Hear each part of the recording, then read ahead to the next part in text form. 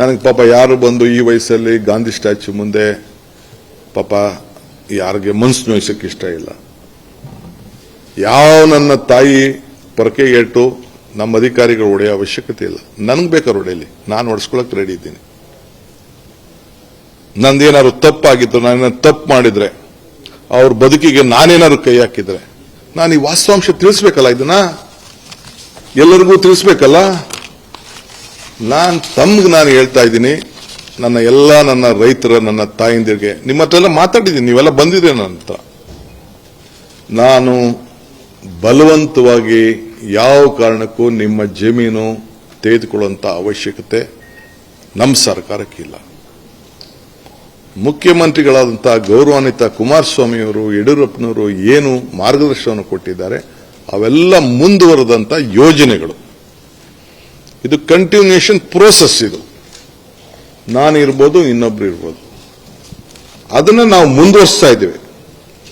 ಅದು ಬಿಟ್ರೆ ನಾನು ಇದಕ್ಕೆ ಬಲವಂತ ಮಾಡುವುದಿಲ್ಲ. ಅವರು ರೆಡ್ ಝೋನ್, ಗ್ರೀನ್ ಝೋನ್ಗೂ ಒಂದು ಪ್ರೈವೇಟ್ ಆಗಿ ಒಂದು ಸಪರೇಟ್ ಆದೇಶ ಹೊರಡಿಸಿದ್ದಾರೆ. ಅದು ಮುಂದುವರಿಯುತ್ತದೆ.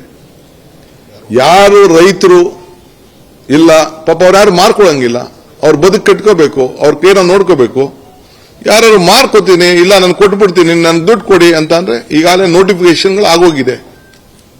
ಯಾರು ಬೇಕಾದ್ರೂ ಹಣ ತೆಗೆದುಕೊಂಡು ಹೋಗ್ಲಿ, ನಾನು ಬಲವಂತ ಮಾಡುವುದಿಲ್ಲ.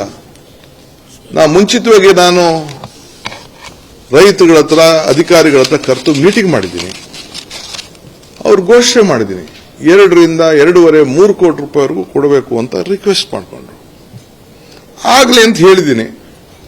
ಯಾರು ಮುಂದೆ ಬರ್ತಾರೋ, ಯಾರು ಬೇಕೋ ಅವ್ರು ತೆಗೆದುಕೊಂಡು ಹೋಗ್ಲಿ, ಯಾರು ಬೇಡ ಬಲವಂತ ಏನಿಲ್ಲ. ಅವ್ರ ಭೂಮಿ ಅವ್ರು ಇಟ್ಕೊಳ್ಳಿ, ಅವ್ರು ಏನ್ ಬೇಕಾದ್ರೆ. ನಾನು ಹೇಳ್ತೀನಿ ಕೇಳಿ, ಕುಮಾರಣ್ಣ 8,000 ಅಂತ ಹೇಳಿದ್ರು, ನಾನು ಇಲ್ಲ, 50% 9,000 ಚಿಲ್ಲರೆ ಕೊಡಬೇಕು ಅಂತೇಳಿ ರೈತರ ಹತ್ರ ಕನ್ವಿನ್ಸ್ ಮಾಡಿ, ಅವ್ರು ಹೇಳಿದಂತ ಬೆಲೆನ ನಿಗದಿ ಮಾಡಿ, ಯಾವನು ಬಂದವನು ಹಾಕೊಳ್ಳಿ ಬಂಡವಾಳ ಅಂತೇಳಿ ಮಾಡಿ ತೀರ್ಮಾನ ಮಾಡಿ ಈಗಾಗಲೇ ದುಡ್ಡುಗಳ ತೆಗೆದುಕೊಂಡು ಹೋಗಿದ್ದಾರೆ. ಸೊ ಯಾರು ಬರ್ತಾರೆ ಅವ್ರಿಗೆ ಸ್ವಯಂ ಇಚ್ಛೆಯಿಂದ. ನಾನು ನೈಸ್ದು, ಏರ್ಪೋರ್ಟ್, ಇರಿಗೇಷನ್ ಎಲ್ಲ ನಾನು ಬೇರೆ ಸಂದರ್ಭದಲ್ಲಿ ನಾನು ಮಾತಾಡ್ತೀನಿ. ಈಗ ಅದೆಲ್ಲ ನಾನು ಮಾತಾಡಕ್ಕೆ ಹೋಗುದಿಲ್ಲ, ಬೇರೆ ವಿಚಾರ. ಇಲ್ಲೇನೆ ಒಟ್ಟು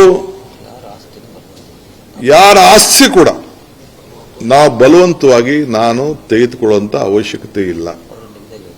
ಅವರು ನೆಮ್ಮದಿಯಾಗಿರ್ಬೋದು.